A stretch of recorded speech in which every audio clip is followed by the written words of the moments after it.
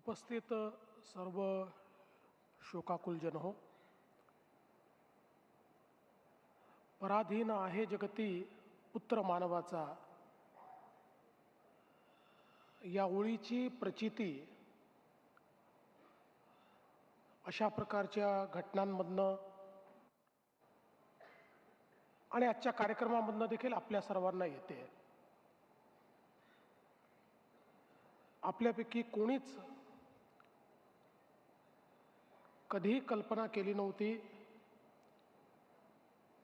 की अशी अचानक अजितदादांना श्रद्धांजली देण्याची वेळ ही आपल्यावर येईल. पण दुर्दैवाने आज ती वेळ आपल्यावर आली आहे आणि आज विविध क्षेत्रातल्या लोकांनी अजितदादांच्या बद्दल आपल्या भावना, आपल्या संवेदना, आपले अनुभव या ठिकाणी मांडले देखील आहेत. खरं तर एखादं राज्य ज्यावेळी घडतं त्यावेळी कोणी एक व्यक्ती ते राज्य घडवत नसतो. वेगवेगळ्या वेळी वेगवेगळ्या प्रकारची नेतृत्व त्या राज्याच्या जडणघडणीमध्ये आपलं योगदान देत असतात, आपला ठसा उमटवत असतात. मी हे दाव्याने सांगू शकेन की या महाराष्ट्राच्या जडणघडणीमध्ये इतिहास ज्या नेत्यांचा उल्लेख करेल त्यातलं एक प्रमुख नाव हे निश्चितपणे अजितदादांचं असेल. अजितदादांनी या महाराष्ट्रामध्ये एक जनतेचा नेता, एक लोकनेता अशा पद्धतीची प्रतिमा तयार केली. महाराष्ट्राच्या कानाकोपऱ्याचा पूर्ण अनुभव, त्याची माहिती ही दादांकडे असायची. कुठल्या जिल्ह्यात, कुठल्या तालुक्यात वेगवेगळ्या पक्षाचे नेते कोण आहेत, त्यातले प्रभावी नेते कोण आहेत, त्या तालुक्याचे प्रश्न काय आहेत, या प्रत्येक गोष्टीची नीट माहिती, ज्याला आपण महाराष्ट्राची नस म्हणतो, ती माहिती असलेले अजितदादा होते. आणि विशेषतः एक उत्तम प्रशासक म्हणून जे गुण असले पाहिजे ते गुण त्यांच्यामध्ये प्रचंड होते. अनेक लोकांनी उल्लेख केला, अजितदादांनी अर्थमंत्री म्हणून दीर्घकाळ काम केलं. 11 अर्थसंकल्प त्यांनी मांडले. पण आर्थिक शिस्त हा त्यांचा बाणा होता, तो त्यांचा आवडता विषय होता. आणि कुठल्याही प्रकारची आर्थिक बेशिस्त कधीही ते चालवत नव्हते. अनेक वेळा आपल्याला लोकशाहीमध्ये काही निर्णय घ्यावे लागतात. काही निर्णय लोकाभिमुख असतात पण आर्थिक शिस्तीत बसणारे नसतात.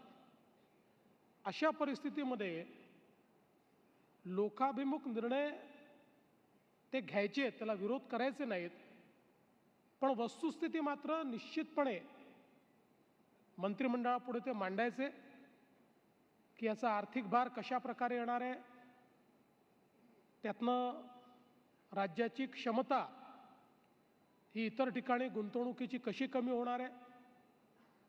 आणि मंत्रिमंडळात येत असताना प्रत्येक विषयाचा प्रदीर्घ आणि सखोल अभ्यास करून दादा यायचे. कितीही विषय मंत्रिमंडळात असो, त्या प्रत्येक विषयाबद्दल 3-4 ओळीची माहिती त्यांच्याकडे असायची, त्याचा पूर्ण अभ्यास केलेला असायचा. आणि जिथे आवश्यक आहे त्या ठिकाणी आपलं मत हे ते नेमकेपणाने व्यक्त करायचे. आणि म्हणूनच एक प्रशासक म्हणून आपण जर बघितलं, आपलं खातं चालवत असताना त्या ठिकाणी निर्णय क्षमता नितीनजींनी आता उल्लेख केला, कधीही फाईल दादांकडे थांबलेली मी बघितली नाही. निर्णय क्षमता प्रचंड होती, त्यामुळे तात्काळ निर्णय ते घ्यायचे. आणि वेगवेगळ्या पद्धतीनं या ठिकाणी प्रशासन उत्तम प्रकारे चाललं पाहिजे, याकरता अधिकाऱ्यांवरही एक जरब ही दादांची असायची. वेळेवर बैठक होणार, त्या बैठकीमध्ये नेमकेपणाने, कधी अघळपघळ अशा प्रकारची दादांची बैठक नाही. जो विषय त्या विषयावर दादा बोलणार आणि त्या क्षणी निर्णय करणार. आणि अधिकाऱ्यांनी जर दुसरी बाजू सांगितली आणि ती पटली, तर त्यावेळी त्या बैठकीत असलेल्या आमदारांनाही तुमची बाजू योग्य नाही आहे, ती राज्याच्या हिताची नाही आहे, हे सांगण्याची हिंमत असलेले अजितदादा आम्ही सगळ्यांनी बघितले. सहकाराचं क्षेत्र असो, क्रीडा क्षेत्र असो, विविध क्षेत्रांमध्ये त्यांनी काम करत असताना आपल्याला याची कल्पना आहे की ज्या क्षेत्रामध्ये त्यांनी हात घातला, नेमकेपणाने, नीटनेटकेप्रमाणे आणि शिस्तीत, आणि शिस्तीच्या बाबतीत साखर कारखानदारीमध्ये एखाद्या नेत्याचा कारखाना जर नीट चालत नसेल तर तोंडावर त्याला सांगायचे, एखाद्या आमदाराला सांगायचे की असं कसं चालवता तुम्ही, अशा पद्धतीने नाही चालत. त्यामुळे प्रत्येक क्षेत्रामध्ये त्यांची शिस्त होती. म्हणून त्यांनी ज्या ज्या गोष्टी हातामध्ये घेतल्या त्या शिस्तीत आणि उत्तमपणे चालवण्याचा, टापटीपपणे चालवण्याचा त्यांचा नेहमी प्रयत्न असायचा. आणि या सगळ्या क्षेत्रांमध्ये काम करत असताना एक प्रचंड मोठा जनसंपर्क तर त्यांचा होताच, पण त्याचवेळी वैयक्तिक संबंध ठेवणं ही देखील एक प्रकारे त्यांची हातोटी होती.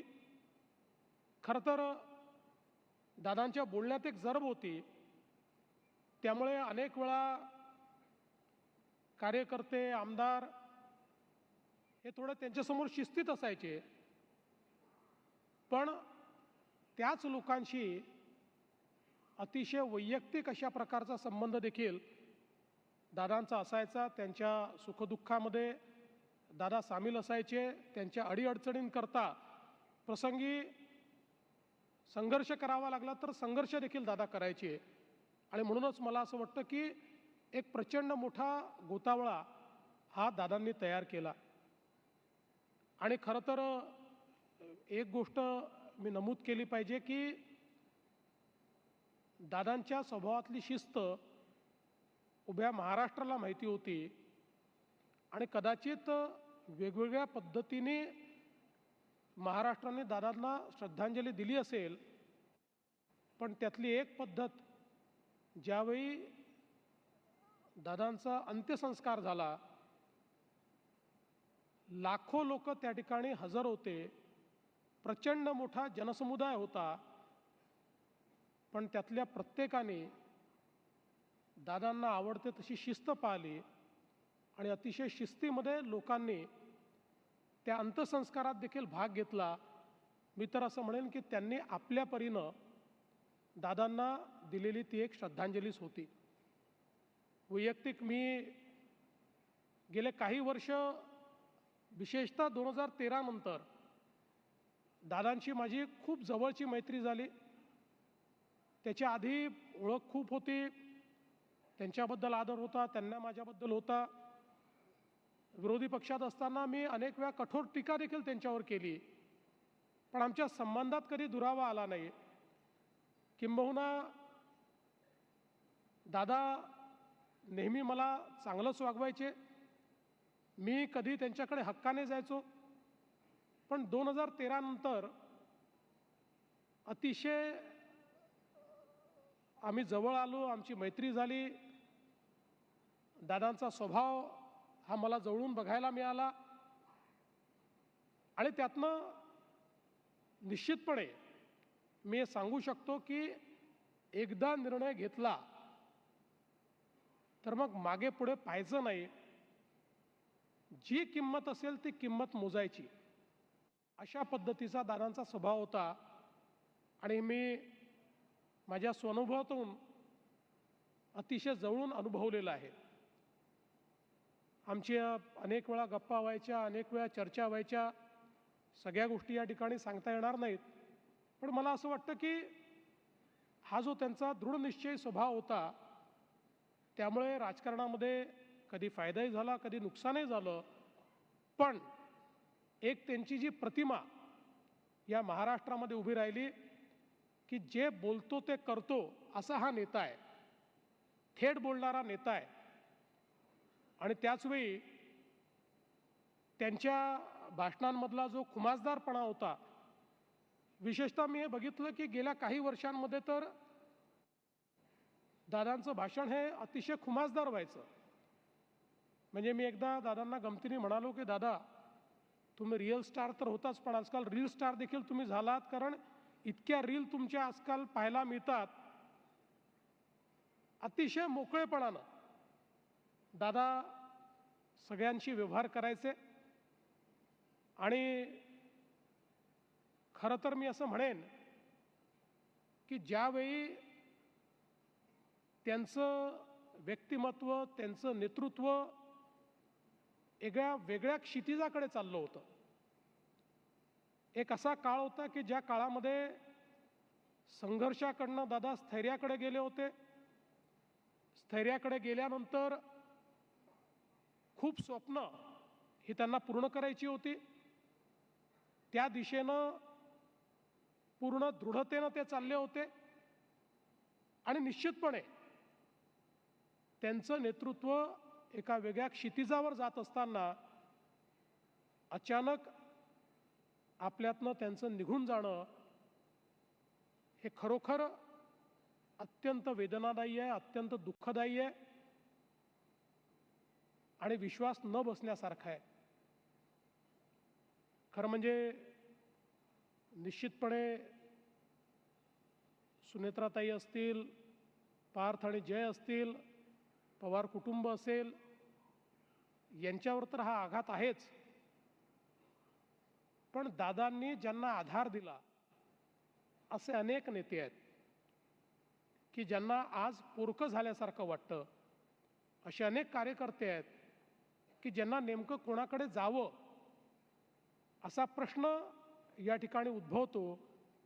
आणि आमच्यासारखे अनेक मित्र आहेत की ज्यांना असं वाटतं की आता पाहायचं कुठे, कारण दादांसारखा एक मित्र, आणि केवळ मित्रच नाही तर मी तर असं म्हणेल की एखाद्या मुख्यमंत्र्यांना अर्थमंत्री कसा पाहिजे तर तो दादांसारखा पाहिजे की निर्धास्तपणे दादा आहेत हे माहिती आहे, हे सांभाळून घेतील, नीट आपली आर्थिक गडी ते बसवतील. अशा पद्धतीनं एक मनामध्ये ठाम विश्वास असताना, आणि खरं म्हणजे दादांनी तर यावर्षी आणि पुढच्या वर्षी अर्थसंकल्प मांडल्यानंतर एक नवीन रेकॉर्ड या महाराष्ट्रामध्ये तयार केला असता. अशा परिस्थितीमध्ये दुर्दैवाने आता तो अर्थसंकल्प मला मांडावा लागतोय. पण मला असं वाटतं की जी आर्थिक शिस्त या महाराष्ट्राला दादांनी शिकवली, त्या शिस्तीतच तो अर्थसंकल्प मांडण्याचा प्रयत्न हा मी करेन. आणि आपण सगळे मिळून दादांचे जे स्वप्न आहेत, त्यांचे जे गुण आहेत, त्यांचा जो गुणवत्तेचा आग्रह आहे, क्वालिटीचा आग्रह आहे, सकाळपासनं रात्रीपर्यंत न थकता काम करण्याची त्यांची जी जिद्द आहे, ही प्रत्येक गोष्ट आपण सगळे अंगीकारू. आणि मला असं वाटतं की दादांची स्वप्न पूर्ण करणं आणि या महाराष्ट्राला पुढे नेणं हीच खऱ्या अर्थानं त्यांना श्रद्धांजली ठरेल. मी स्वर्गीय दादांना विनम्र श्रद्धांजली अर्पण करतो आणि ईश्वराने त्यांच्या कुटुंबाला आणि आपल्या सर्वांना हे दुःख सहन करण्याची शक्ती द्यावी अशी ईश्वरचरणी प्रार्थना करून माझं बोलणं संपवतो. ओम शांती.